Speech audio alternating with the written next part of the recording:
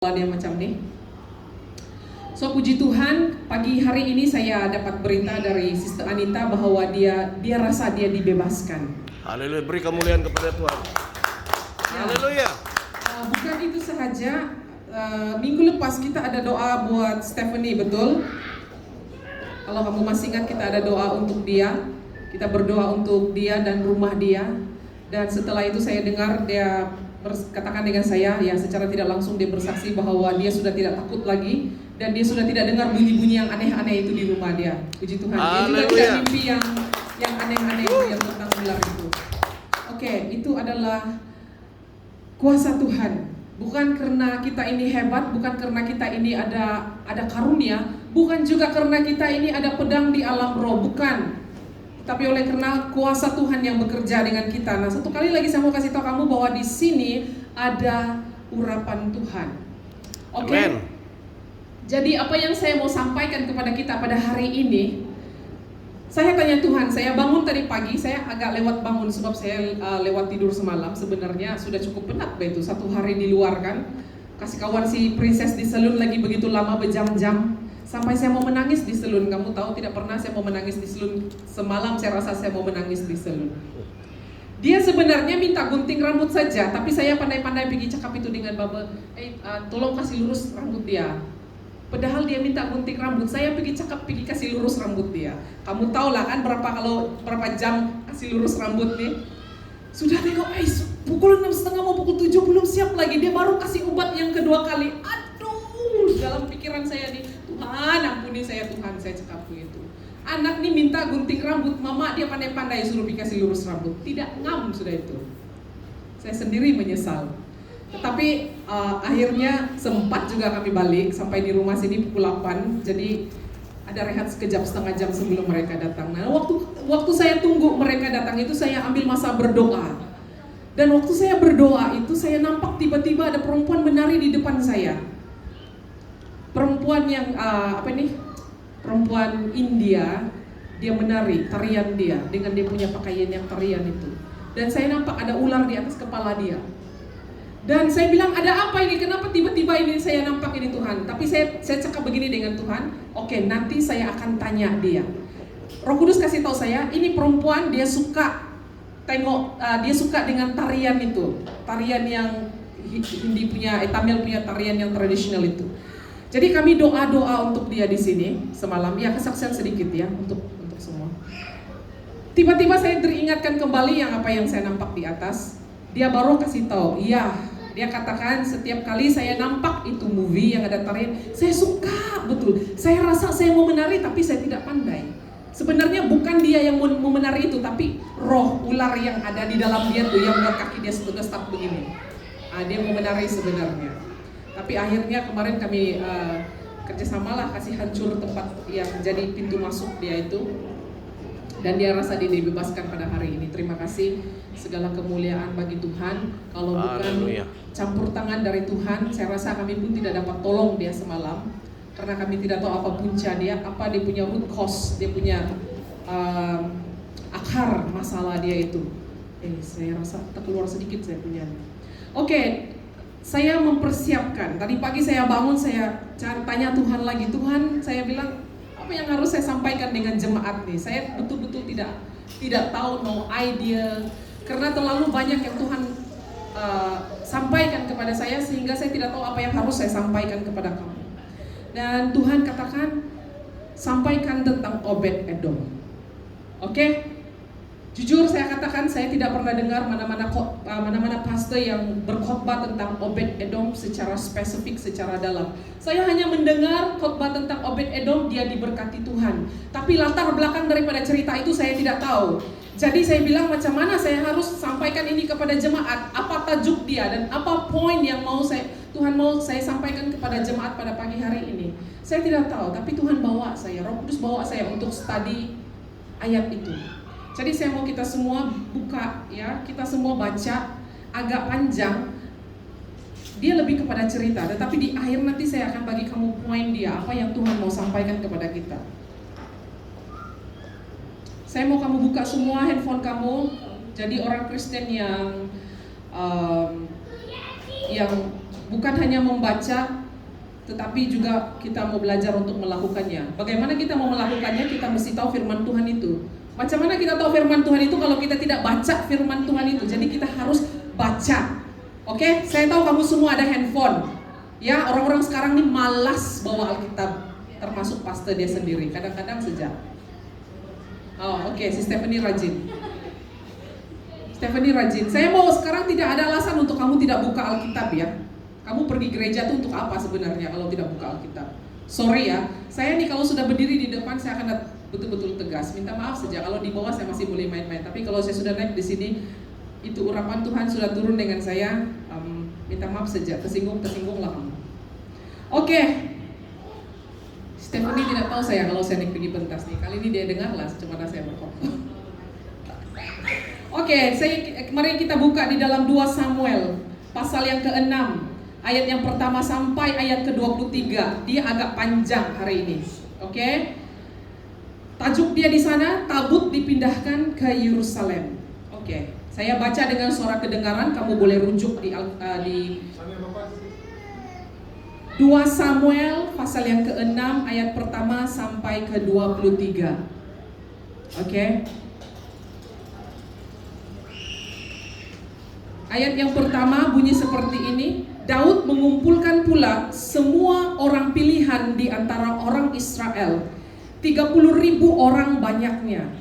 Kemudian bersiaplah Daud lalu berjalan dari Baal Yehuda dengan seluruh rakyat yang menyertainya untuk mengangkut dari sana tabut Allah yang disebut dengan nama Tuhan semesta alam yang bertakhta di atas kerubim.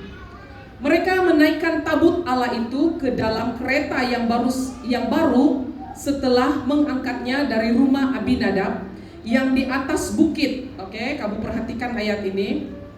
Lalu Uzza, ini anak si Abinadab, Uzza dan Ahyo, anak-anak Abinadab mengantarkan kereta itu.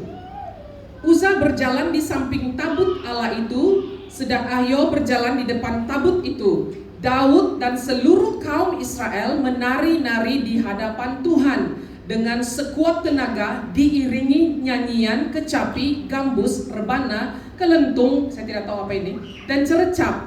Ketika mereka sampai di tempat pengirikan Nakhon itu, maka Uzza mengulurkan tangannya kepada tabut Allah itu lalu memegangnya karena lembu-lembu itu tergelincir. Maka bangkitlah murka Tuhan terhadap Uzza. Lalu Allah membunuh dia di sana karena ketelendorannya itu. Ia mati di sana dekat tabut Allah itu. On the spot dia mati dekat tabut itu. Nanti kita tanya Tuhan. Okay? Daud menjadi marah karena Tuhan telah menyambar Uzza. Demikian hebatnya, maka tempat itu disebut orang Perez Uzza sampai sekarang. Pada waktu itu Daud menjadi takut kepada Tuhan, lalu katanya, bagaimana tabut Tuhan itu dapat sampai kepadaku? Sebab itu Daud tidak mau memindahkan tabut Tuhan itu ke tempatnya, ke kota Daud. Tetapi Daud menyimpang dan membawanya ke rumah Obed-Edom orang Gad itu. 3 bulan lamanya tabut itu tinggal di rumah Obed-Edom orang Gad itu. Dan Tuhan memberkati Obed-Edom dan seisi rumahnya. Diberitahukannya lah kepada Raja Daud demikian. Tuhan memberkati seisi rumah Obed-Edom dan segala yang ada padanya oleh karena tabut Allah itu. Lalu Daud pergi mengangkat tabut Allah itu dari rumah Obed-Edom ke kota Daud dengan sukacita. Apabila pengangkat tabut itu melangkah maju 6 langkah, maka ia mengorbankan seekor lembu dan seekor anak lembu gemuk. Dan Daud menari-nari di hadapan Tuhan dengan sekuat tenaga. Ia berbaju efod dari kain linen. Daud dan seluruh orang Israel mengangkut tabut Tuhan itu dengan diiringi sorak dan bunyi sangkakala. Ketika tabut Tuhan itu masuk ke kota Daud, maka Mikal, itu anak kepada Raja Saul, istri si Daud, anak perempuan Saul menjenguk dari jendela, lalu melihat Raja Daud meloncat-loncat serta menari-nari di hadapan Tuhan. Sebab itu ia memandang rendah Daud di dalam hatinya. Tabut Tuhan itu dibawa masuk lalu diletakkannya di tempatnya di dalam kemah yang dibentangkan Daud untuk itu. Kemudian Daud mempersembahkan korban bakaran dan korban keselamatan di hadapan Tuhan. Setelah Daud selesai mempersembahkan korban bakaran dan korban keselamatan, diberkatinya lah bangsa itu demi nama Tuhan semesta alam. Lalu dibagikannya kepada seluruh bangsa itu, kepada seluruh khalayak ramai Israel, dan baik laki-laki maupun perempuan, kepada masing-masing seketul roti bundar, sekerat daging, dan sepotong kue kismis. Sesudah itu pergilah seluruh bangsa itu masing-masing ke rumahnya. Dan ketika Daud pulang untuk memberi salam kepada seisi rumahnya, maka keluarlah Michal binti Saul mendapat Daud. Katanya betapa raja orang Israel yang menelanjangi dirinya pada hari ini di depan mata budak-budak perempuan, para hambanya, merasa dirinya terhormat pada hari ini, seperti orang hina yang tidak malu-malu menelanjangi dirinya. Dia marah dengan si Daud. Tetapi berkatalah Daud kepada Michal, di hadapan Tuhan yang telah memilih aku dengan menyisihkan ayahmu dan segenap keluargamu untuk menunjuk aku menjadi raja atas umat Israel, yakni atas Israel. Di hadapan Tuhan aku menari-nari, bahkan aku akan menghinakan diriku lebih daripada itu. Engkau akan memandang aku rendah, tetapi bersama-sama dengan budak-budak perempuan yang kau katakan itu, bersama-sama merekalah aku mau dihormati. Michal binti Saul tidak mendapat anak sampai matinya. Oke, di dalam satu pasal ini saja ada banyak cerita. Dari cerita macam mana si Raja Daud bawa dia punya orang-orang pilihan. Kalau kamu perhatikan di ayat yang pertama tadi, dia mengumpulkan semua orang pilihan di antara orang Israel. Kalau orang pilihan itu, waktu ada buat pemilihan, orang yang macam mana kamu pilih? Mesti orang yang baik-baik, orang yang kuat-kuat, orang yang gagah perkasaan. Takkan kamu pergi pilih orang yang kurus, yang tidak bertenaga untuk angkat itu tabut. Jadi si Raja Daud dia sudah pilih, oke, orang-orang pilihan dia, orang-orang yang the best dari antara semua dia punya askar. 30.000 orang. Dapat kamu bayangkan tuh, mau pergi angkat tabut saja sampai 30.000 orang. Ini cerita ini sebelum si Raja Daud ambil ini tabut, dia di mana tabut itu sebenarnya?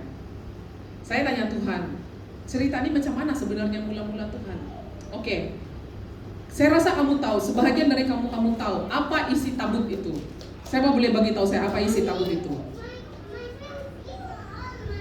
Kamu tahu kata tabut perjanjian Allah itu apa?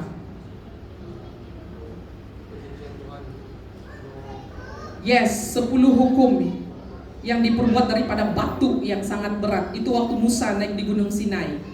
Tuhan bagi dia 10 Ten Commandment. Kalau kamu tanya sekolah minggu, orang tahu itu. Tuhan bagi 10 hukum kepada Musa.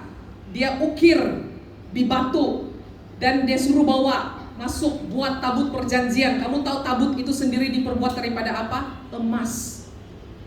Dan dia punya tutup itu diperbuat daripada emas murni. Maksudnya apa? Yang di bawah dia emas biasa, tapi yang penutup dia tuh, dan ada 2 lagi kerubim, itu adalah diperbuat daripada emas murni. Dan kamu tahu untuk angkat ini tabut saja berapa kilo? Lepas itu kita boleh nampak di sini waktu dia bawa orang-orang dia yang 30 orang itu untuk angkat ini, dia sediakan 2 kereta lembu yang baru, bukan yang lama, yang baru untuk angkat tabut perjanjian ini. Jadi dalam perjalanan itu, anak si Abinadab ini yang nama dia si Uza, karena rumah si Abinadab ini di atas bukit kan. Kalau kamu udah baca tadi, kamu tahu yang rumah dia di atas bukit. Oke, saya mula-mula tanya, saya pun tidak tahu, tapi saya baca ini ayat. Jadi kalau kita baca firman Tuhan, kita kena perhatikan ya. Kita kena perhatikan ayat itu hati-hati. Rumah Abinadab itu di atas bukit. Jadi waktu kereta lembu itu bawa itu tabut perjanjian turun di simpang itu,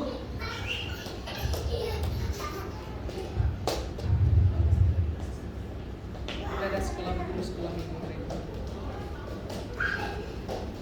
Waktu kereta lembu itu, orang bilang mau cornering, itu kereta lembu tergelincir. Kamu tahu kan tergelincir? Salahkah si Uza ini menahan tabut itu daripada jatuh? Saya tanya kamu sekarang, salahkah? Kalau orang bawa tabut perjanjian, dia mau jatuh, kamu pergi tahan daripada dia jatuh. Salahkah? Salahkah? Tidak salah kan? Saya sendiri pun tanya, Tuhan, apa salah si Uza di sini? Kenapa sampai dia kena strike mati on the spot di sana oleh Tuhan? Salahkah si Uza pergi tahan itu tabut perjanjian dari dia jatuh? Karena lembu itu sudah tergelincir waktu dia kona di lereng bukit itu. Saya tanya Tuhan juga.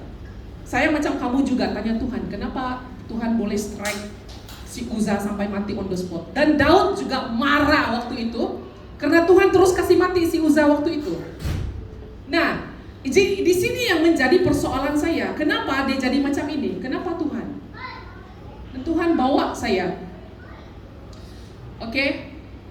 Di dalam Keluaran, saya baca untuk kamu di dalam Keluaran pasal yang ke-25 ayat yang ke-12 sampai ke-14.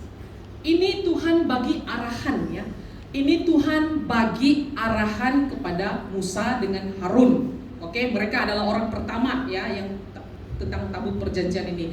Haruslah engkau menuang 4 gelang emas tabut itu dan pasanglah untuk tabut itu dan pasanglah gelang itu pada keempat penjuru. Ada 4 penjuru gelang emas ya di tabut itu. Yaitu 2 gelang pada rusuknya dan 1 lagi gelang pada rusuknya yang kedua. Engkau harus membuat kayu pengusung dari kayu penaga dan menyalutinya dengan emas. Kamu tengok kalau Tuhan sudah bagi arahan. Haruslah engkau memasukkan kayu pengusung itu ke dalam gelang yang ada pada rusuk tabut itu, supaya dengan itu tabut itu dapat diangkat. Kayu pengusung itu haruslah tinggal tetap dalam gelang itu, tidak boleh dicabut dari dalamnya. Sekejap ya. Mana dia cakap? Oke, ayat ini panjang karena Tuhan bawa saya study ini ayat tadi. Dan Tuhan menetapkan hanya orang Lewi yang boleh mengangkat tabut ini. Dan orang Lewi ini, dia ini pun ada kaum-kaum dia, macam orang Cina. Kamu sebut si Cina, di dalam Cina itu ada Cina Hakka, ada Cina Hokkien lah, ada Cina Santung lah, ada Cina macam-macam Cina. Begitu juga dengan bangsa Lewi. Lewi ini dia ada kaum-kaum dia. Oke? Sebab saya terleka tadi waktu study sampai saya lupa tulis dia punya apa kaum. Ada satu kaum itu yang dikhususkan hanya untuk mengangkat tabut perjanjian itu. Saya tengok lagi balik di dalam Bilangan ya. Itu ke-15. Oke, di sini dia bagi tahu siapa yang berhak untuk angkat itu tabut perjanjian. Setelah Harun dan anak-anaknya selesai menundungi barang-barang kudus dan segala perkakas di tempat kudus, pada waktu perkemahan akan berangkat, barulah orang Kehat. Kehat adalah dari bangsa Lewi yang dikhususkan untuk mengangkat tabut. Oke, ada orang lagi di bangsa Lewi ini yang dikhususkan untuk bakar persembahan kepada Bapa, kepada Allah waktu itu. Mereka ada tugas-tugas tertentu, ada yang di pintu gerbang, ada yang tempat pembakaran, ada yang tempat kukupan. Dan bangsa Kehat ini dari suku Lewi ini mereka dikhususkan untuk hanya mengangkat tabut itu. Oke, nah sekarang saya mau jawab persoalan kamu yang tadi, karena saya juga tanya Tuhan, apa sebenarnya salah si Uza? Kenapa dia di strike mati on the spot waktu itu? Karena di dalam Bilangan ini, Bilangan yang keempat ayat yang ke-15, Tuhan sudah memberitahukan kepada Musa dan Harun bahwa tabut perjanjian ini hanya boleh diangkat. Dia bagi arahan pasang gelang emas di tepi-tepi tabut itu dipikul oleh manusia. Tetapi apa yang si Raja Daud buat di sini? Dia kasih siapkan 2 kereta lembu untuk angkat itu tabut. Kalau Tuhan bagi arahan dengan kamu, dia cakap begini, kamu buat begini, kamu tahulah apa akibatnya. Inilah akibat dia. Kena strike, mati on the spot. Oke? Nah, waktu Tuhan perintahkan bangsa Lewi Kehat ini angkat ini tabut. Jadi tabut itu, saya bagi cerita sedikit ya, saya bagi history ini. Tabut itu dibawa oleh Imam Eli, yang disimpan oleh Imam Eli. Kamu tahu Imam Eli, dia ada 3 orang anak yang Tuhan khususkan untuk menjaga tabut ini. Setiap kali orang datang membawa persembahan untuk disembelih, binatang-binatang yang perlu disembelih untuk membuat korban bakaran kepada Tuhan, anak-anak Imam Eli ini selalu memeras ugut bangsa Israel yang membuat persembahan di sana. Belum lagi kena bakar, dorang sudah minta lemak dia yang masih mentah itu. Kamu tahu dulu kalau kita mau perjanjian lama, mereka membuat korban persembahan, mereka harus sembelih dulu itu semua, lembu, sapi, kambing semua harus disembelih, dibakar baru mereka agih-agihkan. Tapi karena anak Imam Eli ini sudah besar kepala, mentang-mentang Tuhan khususkan suruh mereka untuk jaga tabut ini, mereka suka-suka hati kan.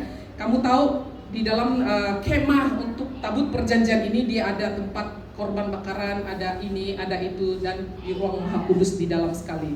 Dan kamu tahu di ruang Maha Kudus itu tidak boleh sembarangan orang masuk. Oke, kita kena tahu ketegasan Tuhan di sini. Jadi si Imam Eli ini kamu tahu siapa Imam Eli kah? Dia adalah imam yang membesarkan Nabi Samuel. Saya tidak tahu kamu tahu, Tuhan bawa saya study ini tadi. Dan banyak perkara yang saya belajar. Kamu dalam masa yang singkat banyak hal yang Tuhan ajarkan kepada saya. Dan saya mau kasih tahu dengan kamu, Tuhan sangat tegas dalam hal ini. Oke?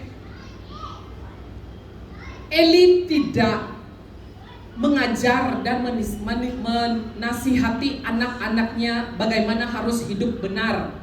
Oke? Walaupun Tuhan itu tidak kelihatan di sana, tetapi urapan Tuhan, kuasa Tuhan itu ada di dalam tabut perjanjian itu. Kalau tidak, si Uza tidak akan mati waktu dia kena strike itu. Jadi orang sudah mulai tawar hati untuk memberi persembahan karena anak-anak Imam Eli ini. Dan Tuhan mulai murka dengan Imam Eli. Dan waktu itu masih berperang, Israel berperang dengan Filistin dan Israel kalah. Mereka kalah. Dan para imam orang Israel waktu itu tanya, mereka berbincang, kenapa kita kalah? Kenapa Tuhan tidak menjaga kita? Mari kita angkat itu tabut perjanjian pergi medan peperangan. Kamu tahu gila orang waktu itu. Dorang angkat itu tabut perjanjian, bawa masuk pergi peperangan, dan semua bangsa Israel bersorak karena sudah tabut perjanjian itu di tengah-tengah mereka. Jadi orang Filistin ketakutan, mereka tahu bahwa tabut perjanjian itu sudah ada di tengah-tengah tentara Israel masa itu. Dan orang Filistin, mungkin ketua-ketua dia cakap, jangan takut, kita harus berperang, kita harus kalahkan mereka. Mereka perang lagi dengan Israel. Kamu tahu apa yang terjadi? Bangsa Israel kalah. Kenapa kalah? Waktu di tengah-tengah mereka ada itu tabut perjanjian. Karena Tuhan sudah muak dengan bangsa Israel. Kenapa dia muak? Karena Imam Eli tidak menjaga kekudusan, menjaga tempat korban sembelihan di mana tabut itu disimpan. Anak-anak dia, Tuhan marah dengan bangsa Israel karena anak-anak Nabi Eli, Imam Eli yang tidak menjaga kekudusan tempat itu. Mereka buat suka-suka hati mereka. Bila orang datang bawa kambing, bawa domba untuk disembelihkan, bila orang yang membawa binatang itu tidak mau memberi lemak itu, mereka akan rebut secara kasar. Sehingga hati orang sudah mulai tawar untuk memberikan persembahan kepada Tuhan waktu itu. Jadi Tuhan punya murka itu sudah menjadi-jadi dengan bangsa Israel. Nah, setelah terjadi seperti itu, Filistin sekali lagi berperang dengan bangsa Israel dan mereka kalah. Waktu itu mereka bawa, mereka rampas, mereka ambil tabut perjanjian itu. Jadi saya mulai terpikir lagi, Tuhan, tadi si Uza hanya sentuh saja itu tabut perjanjian, dia terus mati. Kenapa pula orang Israel ini pergi curi tidak mati? Kamu ada terpikirkah begitu? Saya terpikir lagi, kenapa Tuhan kasih izinkan? Kenapa pula orang Israel, orang Filistin ini boleh curi ini tabut perjanjian? Si Uza tadi, kenapa dia mati? Dia pegang saja, badai tahan saja itu tabut perjanjian dari jatuh. Nah, oke. Mereka ambil, mereka curi itu tabut perjanjian, bawa pergi bangsa dorang, pergi negeri dorang, bawa masuk pergi Palestina. Kamu tahu apa yang mereka buat dengan tabut perjanjian itu?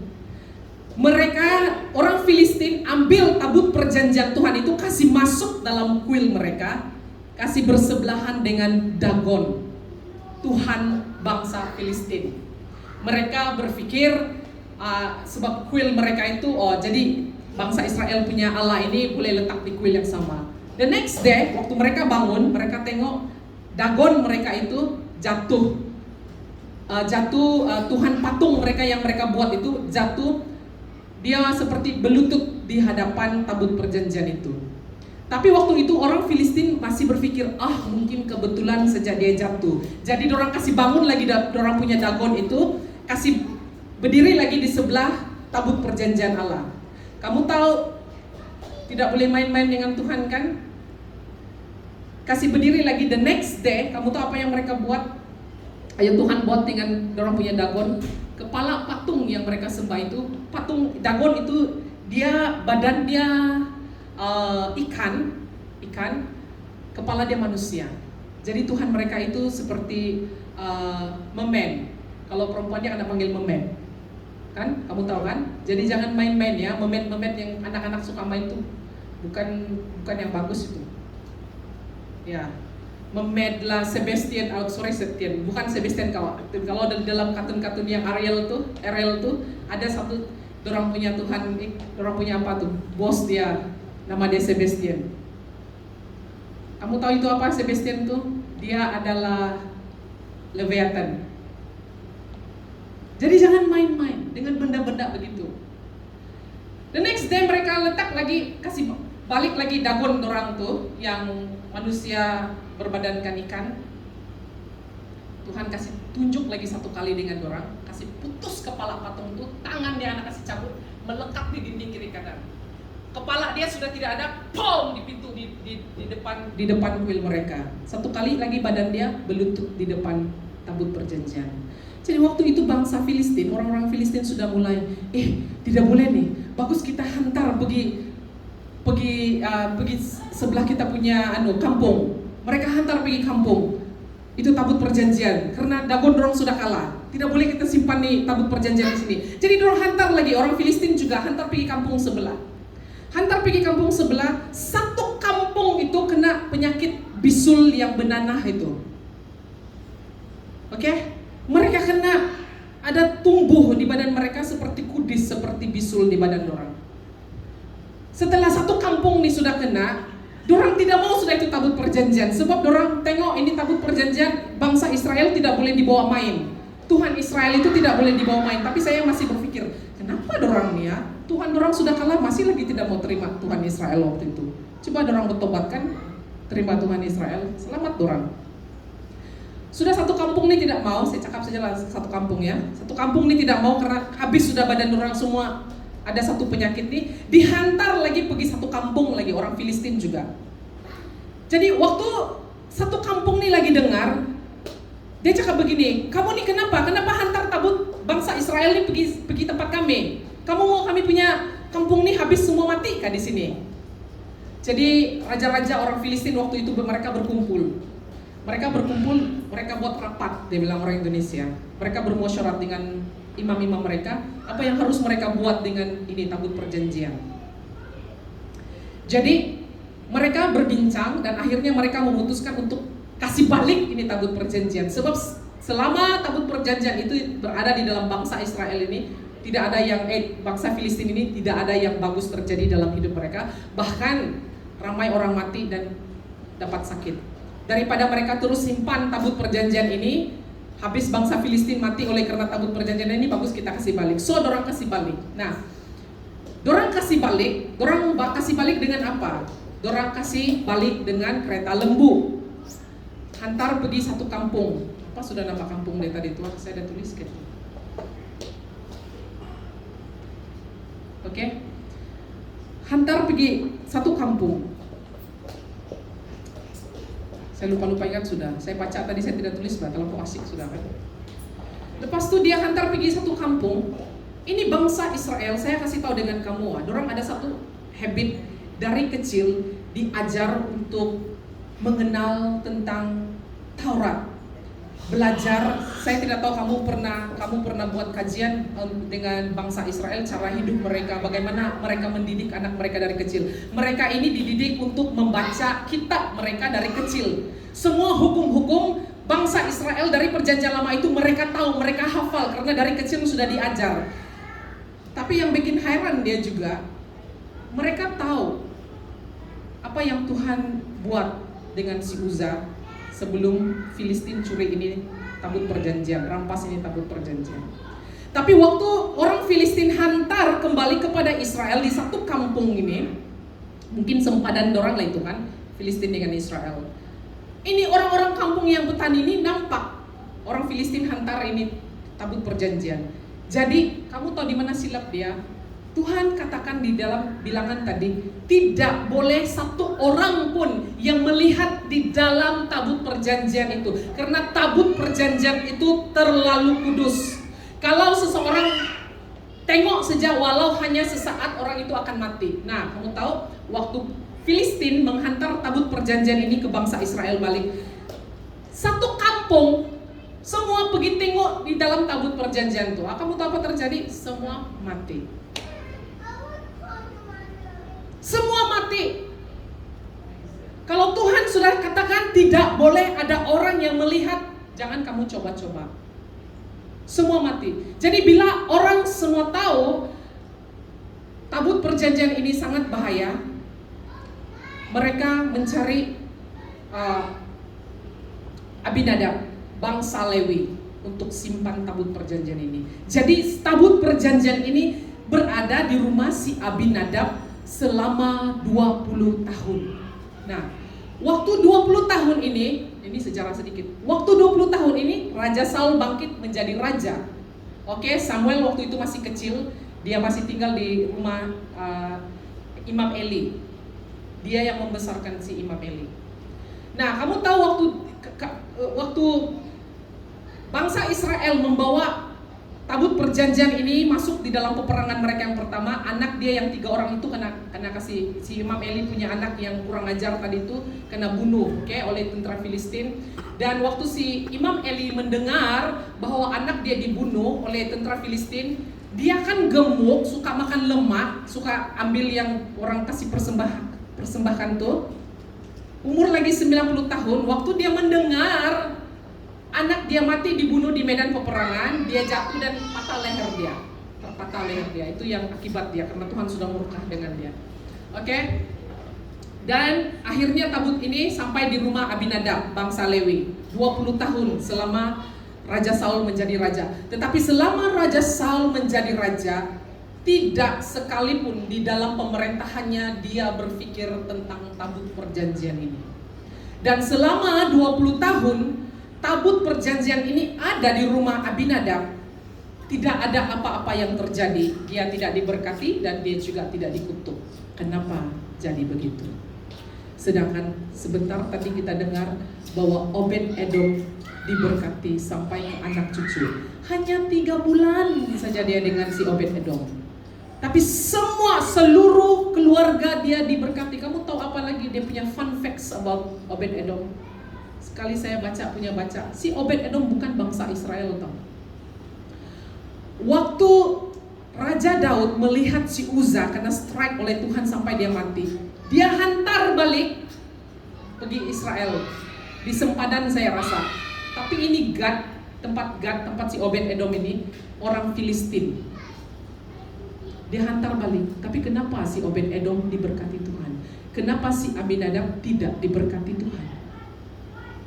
Sedangkan Abinadab orang Lewi, Obed Edom orang Filistin. Saya mau tanya dengan kamu. Saya mau ajar kamu serius tentang hal ini. Kalau apa yang berkaitan dengan Tuhan, kita jangan bawa main-main. Oke?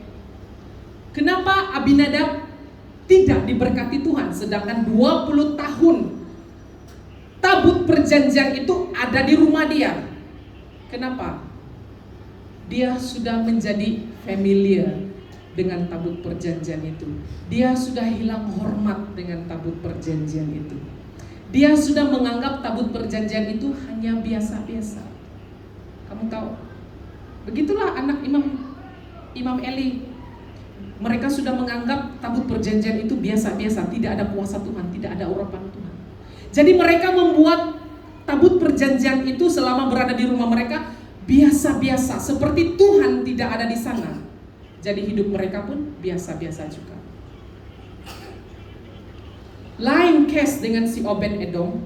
Waktu tabut perjanjian itu dibawa di rumah Obed Edom, Obed Edom sangat menghormati hadirat Tuhan.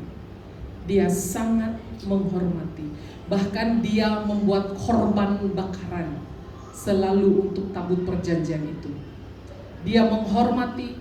Selama dia hidup, dia ajar anak dia untuk menghormati. Selama tabut perjanjian itu ada di rumahnya, dia ajar anaknya menghormati tabut perjanjian. Dan mereka selalu mengadakan perjamuan kudus selama tabut perjanjian itu ada di dalam rumahnya. Itu sebabnya Tuhan memberkati Obed Edom.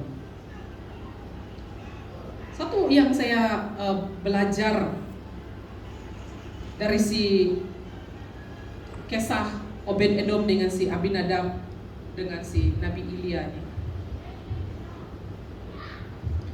kita dapat melihat ya, apabila kita melakukan sesuatu bukan dengan cara Tuhan, kita akan tahu pengakhirannya apa. Kalau Tuhan perintahkan kamu lakukan seperti ini, tapi kamu rasa kamu tuh lebih hebat, lebih pandai dari Tuhan, kamu buat cara kamu sendiri, Tuhan akan kasih biar kamu buat cara kamu, tapi dia tidak akan campur tangan. Ini pelajaran yang sangat penting yang saya belajar dari kisah mereka tiga ini, dari Imam Eli sampai ke Abinadab, sampai ke Obed Edom, dan sampai si Raja Daud. Oke? Kamu tahu si Raja Daud dia ada buat dua-dua. Kenapa yang pertama itu Raja Daud menyuruh orang-orang dia angkat tabut perjanjian itu guna kereta lembu? Sebab satu, dia pikir tabut perjanjian itu berat, mustahil untuk diangkat oleh manusia. Berat kan, emas semua itu, berat besar lagi. Kedua, dia dapat ide itu dari orang Filistin. Waktu Filistin hantar balik tabut perjanjian itu kepada umat Israel, mereka guna kereta lembu. Kenapa Tuhan benarkan orang Filistin angkat pakai kereta lembu tetapi tidak orang Israel? Karena Tuhan sudah mengajar bangsa Israel awal-awal bahwa tabut perjanjian ini hanya boleh dipikul oleh manusia, bukan binatang. Tetapi orang Filistin mereka tidak tahu tentang peraturan ini. Mereka tidak tahu tentang syarat yang Tuhan bagikan dengan mereka. Jadi Tuhan izinkan mereka hantar itu tabut guna kereta lembu. Tetapi apabila tabut perjanjian itu masuk ke tanah Israel, bangsa Israel, hukum itu sudah menjadi balik kepada mereka. Mereka harus ikut rules yang pertama. Jadi saya pun berpikir, kenapa Raja Daud tidak tahu tentang hal ini, sedangkan dia adalah bangsa Israel. Bangsa Israel seperti yang saya katakan tadi, dari kecil mereka sudah diajar tentang kitab Taurat, tentang hukum-hukum bangsa Israel. Dari kecil, kamu boleh tanya pastor, dari kecil mereka sudah diajar. Mereka hafal itu, bukan macam kita sekarang ini. Apa yang harus, apa yang tidak boleh, apa yang dibolehkan. Tapi kenapa si Raja Daud awal-awal diangkat pakai kereta lembu dan Tuhan strike. Dan setelah dia mengangkat, dihantar balik pergi rumah orang Gad itu. Orang Gad ini bukan orang Israel. Si Obed Edom ini bukan orang Israel lah. Dia mendengar berita bahwa Obed Edom diberkati. Dan dia gembira balik. Kamu tahu lah kan manusia ini kalau dengar cakap pasal berkat semua berbunga-bunga hati dia. Sama case dia dengan Raja Daud. Bila Raja Daud mendengar Obed Edom diberkati, dia menjadi gembira balik dan dia mau pergi ambil itu tabut perjanjian balik. Nah, tapi dia learn the lesson. Kali ini saya tidak boleh buat cara saya. Saya mesti ikut cara Tuhan. Apa cara Tuhan? Angkat pikul, bukan pakai kereta lembu. Oke? Kamu tengok nih di sini. Kalau Tuhan katakan kamu harus begini, kamu buat juga cara kamu. Kamu rasa kamu paling pintar, kamu buat cara kamu buat. Tuhan akan izinkan kamu buat. Tapi Tuhan tidak akan campur tangan. I'm sorry, Tuhan akan angkat tangan. Tapi bila kamu berserah betul-betul dengan apa yang Tuhan mau kamu buat, kamu tidak perlu bersusah payah untuk melakukannya. Tuhan akan campur tangan. Kamu tahu, tabut perjanjian itu dia ditulis dalam, saya cek tadi 565 lbs. Saya convert dia pergi kilo. Sebab kita di sini biasa pakai kilo. Berat tabut itu dalam 200 hampir 300 kilo. Adalah sangat mustahil seorang manusia atau 4 orang manusia angkat dia tidak kemegah-megah. Kamu tahu berapa jauh mereka harus angkat tabut perjanjian itu? Hampir 30 km mereka pikul tabut perjanjian itu. Tapi kenapa mereka boleh angkat? Inilah yang saya katakan tadi. Bila Tuhan suruh kamu buat seperti ini, Dia akan tolong kamu angkat itu tabut perjanjian. Dia akan tolong kamu meringankan beban kamu. Karena kamu itu mengizinkan Tuhan bekerja di dalam hidup kamu, dan kamu pun bekerja cara Tuhan bekerja. Bukan cara kamu sendiri, bukan cara saya sendiri, bukan cara kita sendiri, bukan pikiran kita sendiri. Tidak. Oke?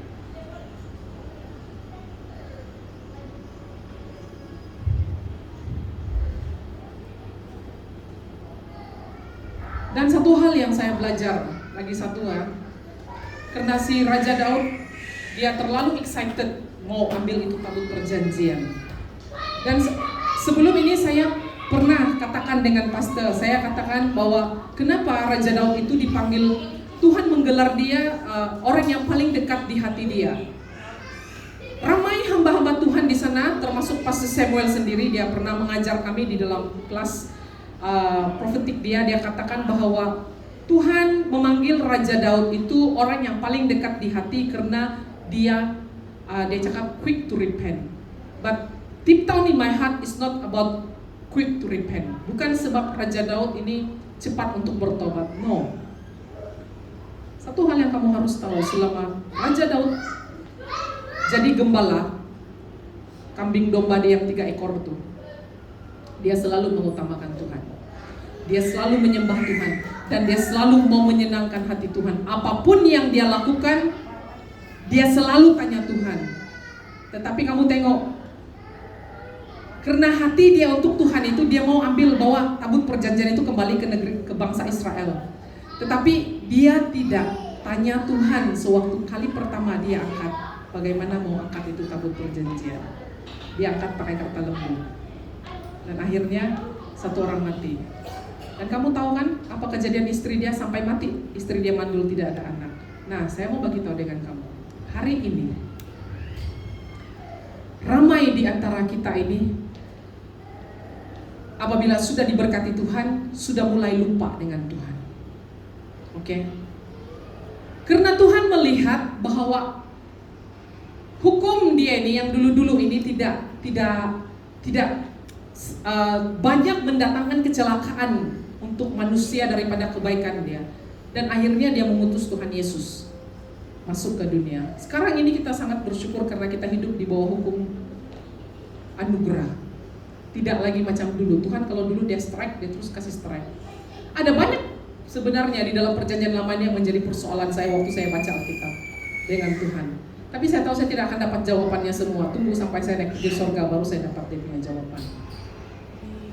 Hari ini Tuhan Yesus hari ini Bapa Allah sudah memberikan Tuhan Yesus kepada kita untuk menolong kita. Tuhan tidak akan mudah untuk strike kita lagi macam dulu, macam dia buat strike si Uza. Tetapi oleh karena anugerah itu, kita sudah ramai orang-orang hari ini sudah mulai lupa, leka. Kamu tahu saya punya doa minggu lepas, saya cakap begini dengan Tuhan. Saya tidak tahu, terlalu berat di dalam hati saya. Tuhan, Engkau tahu hati saya. Engkau tahu apa yang saya pikirkan. Sekalipun Engkau mengambil balik semua berkat yang ada pada hari ini, saya katakan dengan Tuhan, karena terlalu berat hati saya waktu itu, saya tidak tahu apa yang terjadi dengan saya. Saya terlalu sedih. Sampai saya katakan begitu dengan Tuhan. Kau ambil balik semua berkat yang Kau berikan pada hari ini kepada saya pun, saya tidak kisah. I don't care. As long saya melayani engkau, saya melakukan apa yang engkau mau saya lakukan. Sehingga saya menangis. Saya minta maaf dengan kamu semua ya. Saya tidak tahu orang baru ini mereka ada ikut training atau tidak. Mereka ada ikut kan? Mereka ada join kan? Ada.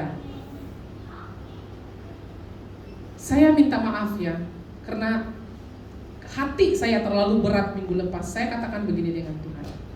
Tuhan, I know that one day kami semua akan diberkati. Tapi kalau sampai kami sudah mulai lupa, hari Minggu pun kami acuh tak acuh cari Engkau.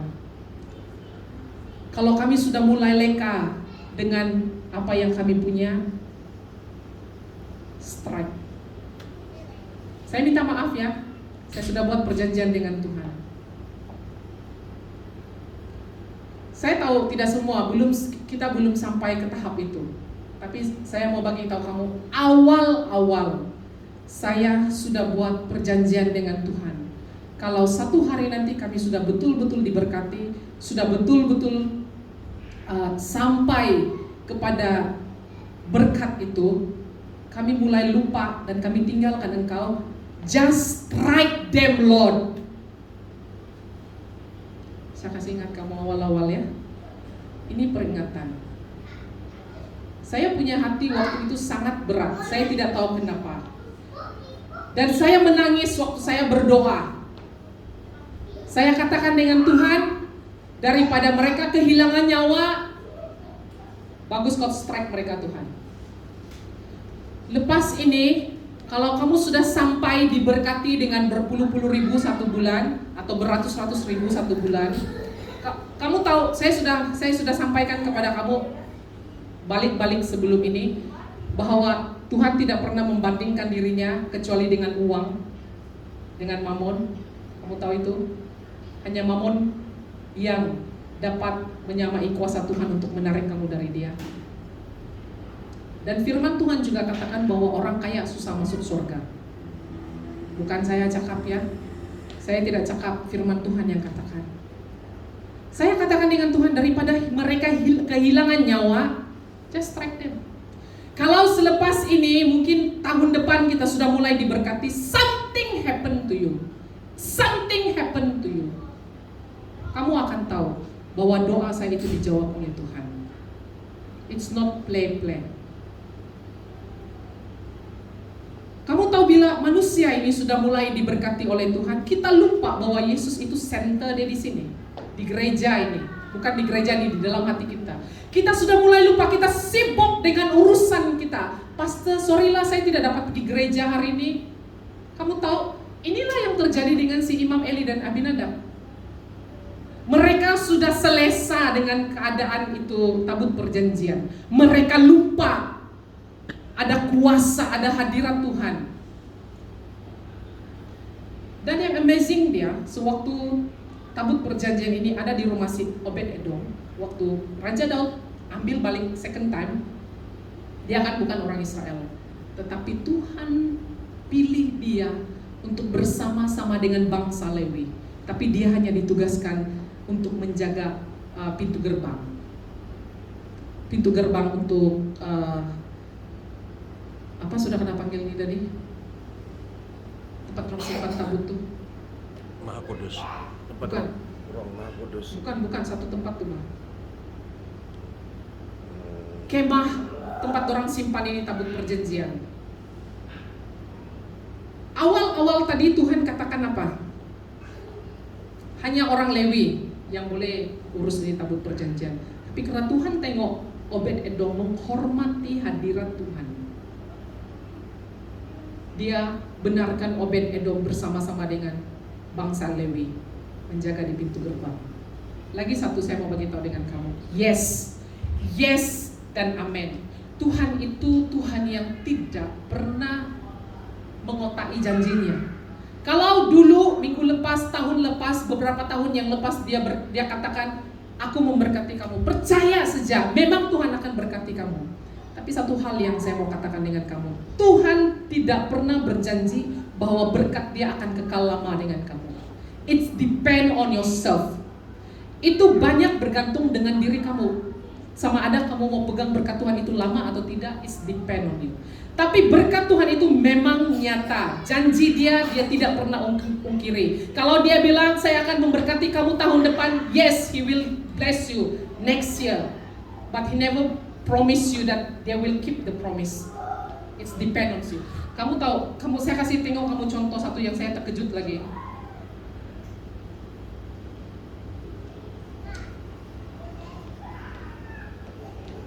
Di dalam 1 Samuel ini, apa dia janji sebenarnya dengan Nabi Eli?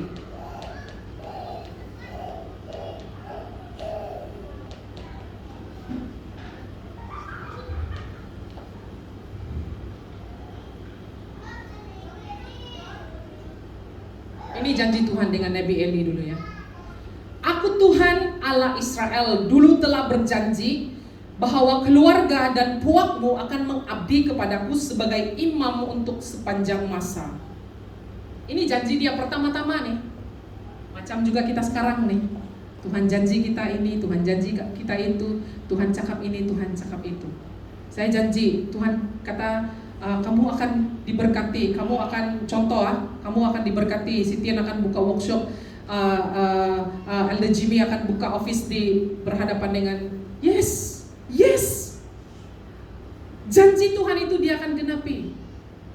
Tetapi along the way waktu kamu sudah menerima janji Tuhan itu, kalau kamu jadi macam Imam Eli dan Abinadab, endah tak endah dengan Tuhan, ini Tuhan katakan.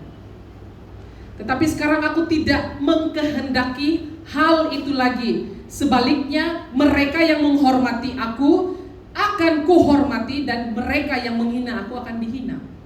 See? Janji Tuhan untuk berkat kita, yes. Tetapi setelah kamu menerima janji Tuhan itu, apakah kamu menghormati Tuhan betul-betul? Kami pergi back service Pastor Samuel di GL, Pastor Darwin dia katakan begini, Pastor Shekinah is very obedient, and dia cakap Pastor Shekinah tuh seorang yang taat dan dia punya high disiplin tinggi. Dia punya disiplin tinggi. Jemaat Pastor Samuel semua disiplin. Oke? Itu yang saya dengar dari Pastor. Sebelum ibadah mula sudah 30 menit mereka ada di gereja mempersiapkan diri dan berdoa. Kamu tahu kah? Macam kena tembak saya waktu saya dengar itu dari Pastor Samuel. Dari Pastor Prophet Darwin. Kenapa? Sorry to say, saya keras. Kenapa kita ibadah pukul 3, pukul 4 baru start? Sebab kita sudah mulai selesa. Kita sudah mulai hilang hormat dengan Tuhan. Kalau hari ini, contohnya hari ini kamu ada appointment dengan orang, oke? Appointment dengan menteri atau YB, saya jamin 100%, bahkan 120%, 200% lagi, kamu akan berpakaian smart dan on time, bahkan lebih sebelum masa dia kamu sudah ada terpacak di tempat itu. Tetapi kenapa dengan Tuhan? That's why saya cakap tadi, kita ada di grace, kita ada di season grace ini, di musim anugerah Tuhan.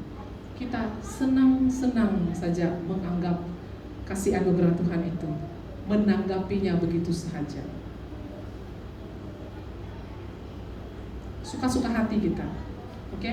Saya tidak mau ini terjadi dengan kita, karena di akhirnya Tuhan Yesus katakan awal-awal di dalam Matius, orang kaya susah masuk surga. Kenapa? Karena mereka punya ide sendiri. Mereka sudah tidak berdoa, tanya Tuhan apa yang harus saya buat? Tuhan, mana rumah yang saya harus beli? Betulkah kereta ini layak untuk saya Tuhan? Ngapa ini Tuhan? Tidak. Sebab semua sudah guna kuasa uang. Kamu tahu banyak perkara boleh diselesaikan dengan uang. Kalau orang sudah ada uang. Nah, itu yang saya cakap tadi. Saya minta maaf sejak tahun depan memang keras, karena Tuhan sendiri tegur saya. One day Tuhan tarik semua dari saya pun, I don't care. Saya cakap, Tuhan, saya tidak kisah Tuhan. You know my heart, you know my desire. Sampai hari ini pun saya masih duduk di atas gereja. Saya tidak peduli apa orang cakap pasal saya. Tidak, karena kau tahu apa yang ada di dalam hati saya katakan dengan Tuhan. Jadi saya mau Saya mau, selama kita menghormati Tuhan, selama kita melakukan apa yang Tuhan perintahkan, saya percaya kita akan diberkati dan itu memudahkan kerja kita. Kamu tahu, saya mulai terpikir, Tuhan, saya mau sewa rumah. Biarpun satu hari nanti saya diberkati, I will not suka-suka hati decide di mana saya mau tinggal. No, I will ask God first. Saya mesti tahu apa opinion Tuhan tentang hal ini. Rumah mana yang tempat saya tinggal. Saya tidak akan simply buat keputusan, oh ini rumah, oke, saya punya income sudah berjuta-juta, saya mau tinggal di sini. Kalau Tuhan tidak berkehendaki, well I tell you, kamu tidak akan aman juga tinggal dalam rumah. Kenapa sampai hari ini saya belum decide di mana saya mau tinggal? Karena saya masih menanti-nantikan Tuhan. Di mana tempat yang harus saya tinggal. Oke?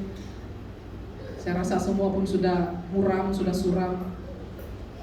Saya katakan dengan Tuhan, I know kenapa kamu memanggil saya Sarah. Kamu tahu Sarah itu adalah seorang ibu kepada banyak bangsa. Dan sewaktu Pastor Samuel yang pertama bernubuat untuk saya ini Mother of Zion. Oke? Ibu kepada bangsa Israel.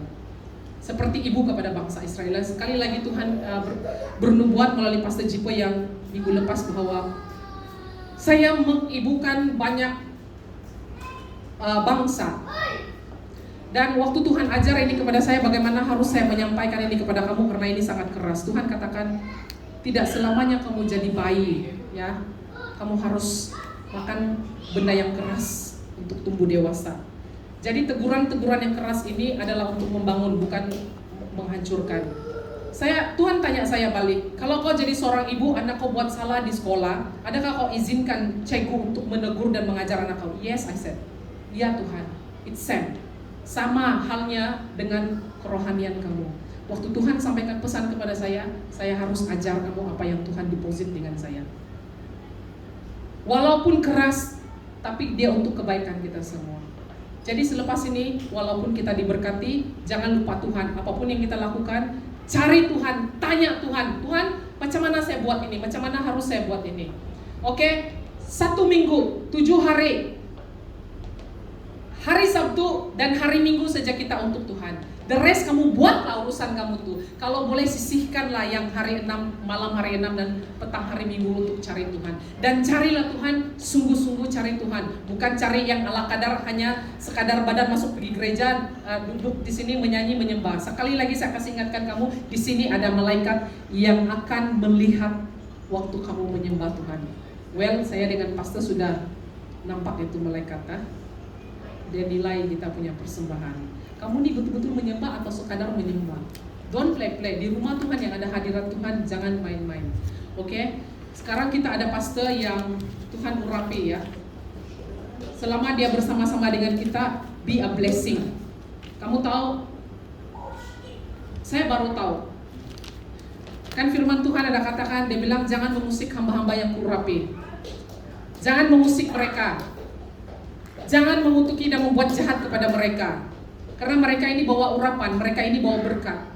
Saya kasih tahu dengan kamu, kalau di bank saya ada uang, saya tidak akan benarkan pastor bayar belanja dapur kami dan kalau kami keluar makan. Saya yang selalu belanja pastor.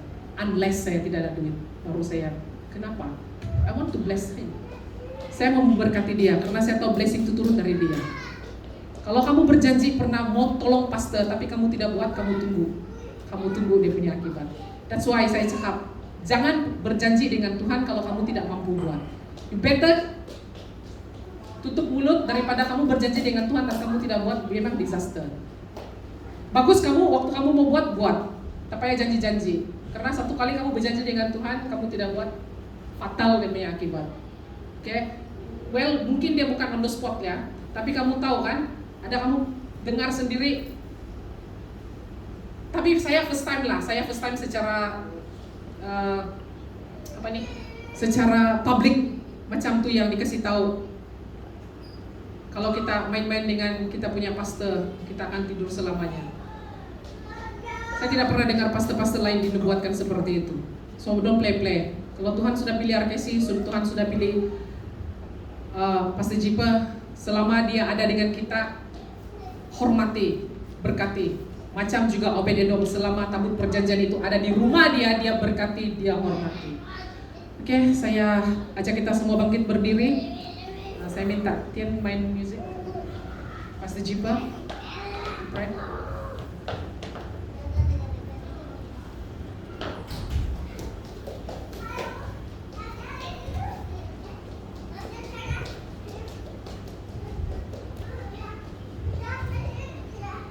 Haleluya, mari kita bangkit berdiri.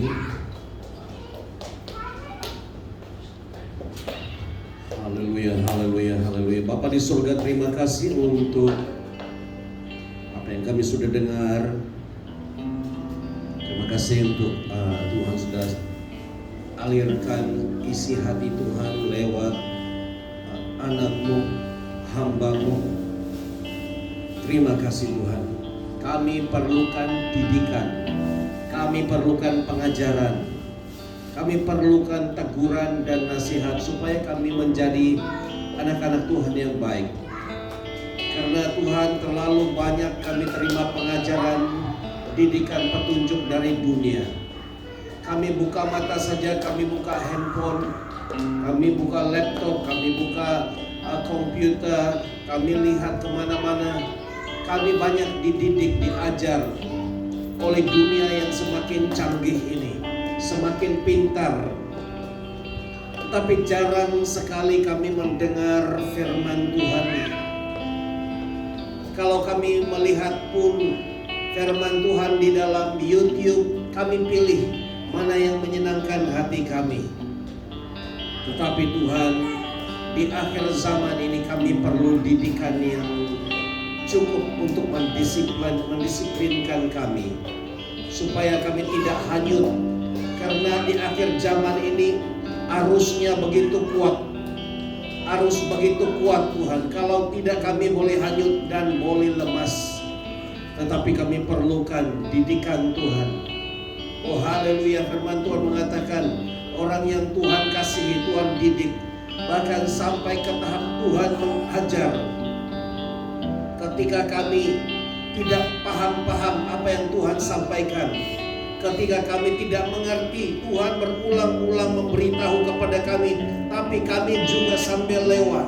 Oh, kami katakan itu tidak apa-apa. Tetapi nanti kalau sudah terjadi sesuatu di dalam hidup kami mempersalahkan Tuhan. Tapi Bapa di surga, kami mau menjadi anak-anak Tuhan yang pintar dan bukan anak-anak Tuhan yang bodoh. Kami mau cepat penangkapan, kami pick up kami cepat. Dan kami mau sebagaimana kami mempunyai pick up yang begitu cepat, begitu tepat terhadap apa yang perkembangan dunia ini. Terlebih lagi kami mau pick up yang dahsyat. Karena pesan Tuhan tidak banyak. Hanya ada 2-3 message yang disampaikan. Tapi itulah yang menyelamatkan hidup kami. Terima kasih Tuhan. Dia terlebih besar, Dia terlebih besar di dalamku, di dalam. Dia terlebih besar di dalam kita. Oh, Dia terlebih besar, Dia terlebih besar di dalamku.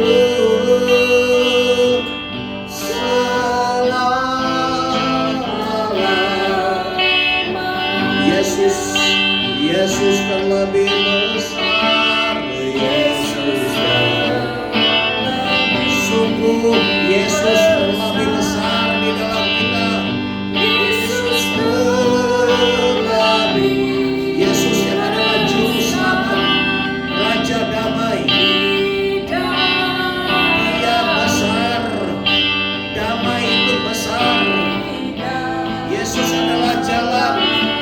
Ada jalan di dalam hati kita,